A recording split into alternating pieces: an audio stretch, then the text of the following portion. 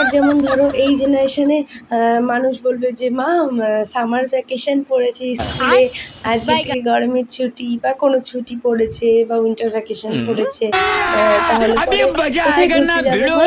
তখন মা বাবারা বলবে, মানে মারা বলবে আর কি, যে বেটু তুমি কোথায় ঘুরতে যাবে বলো মামাম, তুমি কি পাহাড়ে যাবে নাকি তুমি সমুদ্রে যাবে, তুমি কোথায় যেতে চাও বলো, তুমি যেখানে যেতে চাইবে সেইখানেই তোমার বাবার সাথে আমি কথা বলি, সেখানে যাওয়ার প্ল্যান করব। তুমি বলো কোথায় যেতে চাও দীঘা পুরী নাকি দার্জিলিং গ্যাংটক এরকম কোনো জায়গায় তুমি ট্যুর করতে চাও, তুমি যেটা বলবে তোমার পছন্দের জায়গাতে আমরা কিন্তু ঘুরতে যাব।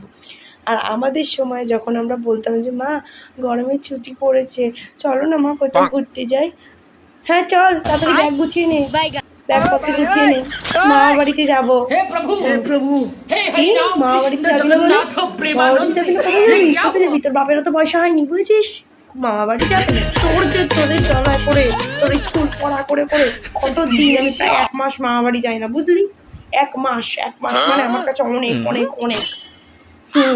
তোদের জ্বালায় আমি মামা বাড়ি যাই না, আর এখন মামা বাড়ি যেতে চাইছিস না, শোন সাথে কতগুলো বই খাতাও গুছিয়ে নিবি, গরমের ছুটি পড়েছে মানে ভেবো না যে পড়াশোনা লাফিয়ে রেখে দেবে, বুঝেছো?